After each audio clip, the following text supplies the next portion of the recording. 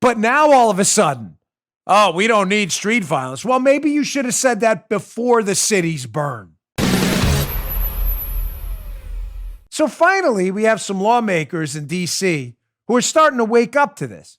As many of you know, it wasn't only me and my wife who were accosted. It was hundreds of others walked out of the White House into a mob of lunatics. Senator Rand Paul was among the people who were accosted with his wife, Kelly. Threats to them. They were screaming, look, we've got Rand Paul cornered. And I believe Rand Paul, who said that if it weren't for the police officers there who escorted him over to his hotel or where he was staying or whatever, that he probably would have been killed. I don't think he's being hyperbolic given what the gauntlet we walked through of lunatics. Now, I know you say, well, Dan, you said some of them were fake, were chumps. Yeah, but some of them weren't. Some of them weren't. The ones around us were fraudsters. They were, they used to call in late 1980s, 1990s rap in New York, halfway crooks. You ever hear that song? Who was that? Mobb Deep? Who's that? I don't even remember. They were the halfway crooksters. But some of them were not. Some of them were there to really cause pain and hurt. So FoxNews.com has an article up this morning where some lawmakers are starting to say, how'd they get there? Who's funding this? Ken Buck, who's a congressman, I believe, from Colorado, doubles down on Rand Paul's call for investigation into the funding of these violent protesters. The Justice Department needs to open an investigation into who's funding these violent riots. FoxNews.com. You're damn right they do. Folks, if this was a legitimate protest, the Justice Department would have no business opening up an investigation, regardless of what they're protesting, as long as it's not criminal. You can't stage a protest calling for terror acts and the death of the President of the United States. You're not allowed to threaten people. If they are legitimate protests in advance of a cause, whether we agree with it or not, this goes without saying, as principled conservatives, that is their absolute right to do that. Written into our Constitution, and thank God we have it as such. Big R God-given rights. This was not a protest. This was an aggressive, violent mob. It is perfectly legitimate, and I believe required of the Justice Department to determine right now who is protesting organized mobs on American streets, threatening to rape, kill, and beat the snot out of people walking down an American street because they attended a political event for Donald Trump.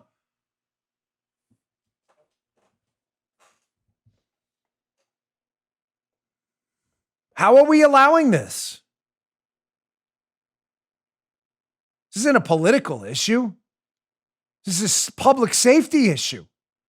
Are you suggesting to me with a straight face, if this was the Obama administration and upon his reelection, he had an event on the South grounds of the White House and a bunch of Democrat politicians walked out into a raving mob of savage lunatics being threatened with rape, death, murder, assault, having things thrown at them? That there wouldn't be a DOJ investigation into some right-wing group that did that? Of course, no right-wing group ever did that because conservatives don't do that. And when people do that and claim to be right-wing people, they're not. We don't claim these people at all. We isolate them away from our group. It's getting worse, folks. Look at this clip from The Blaze. So in case you hadn't heard about it, in the media, the media is just disgusting in this country. Liberal media is just a disgusting, filthy embarrassment. The way they're covering for these Antifa groups who now have apparently murdered someone on the streets of Portland. The Blaze, not a joke, folks. Not a bad one, a real story. Not a bad joke. This is an actual story. New footage from Portland shooting suggests victim was targeted. We've got a couple right here. Hey, we got a couple right here. We got a couple of what? Well, the allegations, as reported by the New York Post this morning, are that someone who, an Antifa member who declared himself 100% Antifa, quote, the allegations are that this person may have been involved in this shooting. There was a murder on the streets of Portland of a man who belonged to a pro-civil rights group called Patriot Prayer.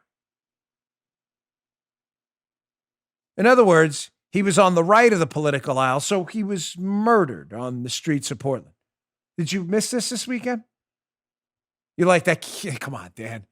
Clearly, you're talking about the streets of downtown Kabul right here, right? In the middle of what happened in the Afghanistan right after 9/11. We had to invade. Clearly, no, I'm talking about Portland. Portland, which is now turned into a third world city. A member of a conservative group was murdered on the streets. And one of the suspects in the case, as the New York Post reporting this morning, is put on his some of his Facebook, 100% Antifa. Again, I'm just asking you for a slight role reversal for a moment. Do you believe if a group of Obama supporters were walking down the streets of Portland and a Tea Party member murdered one of them in the middle of the street and then had Facebook posts saying 100% Tea Party, do you really think everyone in the media would just be sitting back saying, let's let the facts get out? No. Yeah, of course you would. Now, the Democrats own this. The Democrats own this. They are the party of violence, total street chaos, aggressive mobs. I don't care what they tell you. The Democrats and their media apparatchiks, their mouthpieces, have been covering for far left radical Joe Biden riots, Democrat riots from the beginning. Some of them haven't even disguised it in cutesy talk or anything like that. Some of these Democrats have outright apologized for it and suggested it's not going to stop. I've got video coming up here from a PJ Media piece, which is really good, which we'll put up in a minute, of prominent Democrats actively encouraging this street violence. And now all of a sudden, as I opened up in the beginning of the show, shockingly, Democrats are figuring out now that burning down people's cities and towns amazingly turns people against you. Stunner. So now, 6 months too late, you hear Kamala Harris and Joe Biden. Kamala Harris, by the way, who supported the Minnesota Freedom Fund that bailed out the street terrorists that went out to go burn other buildings down, she tweeted support for that out. It's on my social media feed this morning. But now all of a sudden, oh, we don't need street violence. Well, maybe you should have said that before the cities burned. You just heard Dan Bongino.